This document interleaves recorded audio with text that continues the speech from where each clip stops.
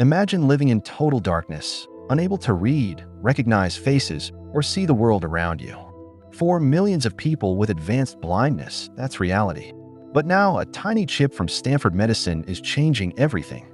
It's called a pre-med chip, a wireless eye implant smaller than a grain of rice. When used with special smart glasses, it can actually help the blind see again. Here's how it works.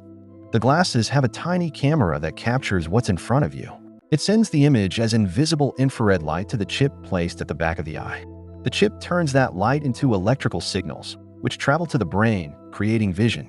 In a recent clinical study, 32 people with severe macular degeneration received this implant. Within 1 year, 27 of them regained the ability to read again. Some reached vision levels close to 20/40 seconds, sharper than anyone expected. For the first time in years, they could read books, see food labels, and recognize signs. Simple things that once seemed impossible. Dr. Daniel Palanker, the Stanford scientist behind the project, says this is the first time prosthetic vision has gone beyond light perception, giving patients real, usable sight. The next version of the chip will offer even higher resolution and soon grayscale vision for recognizing faces.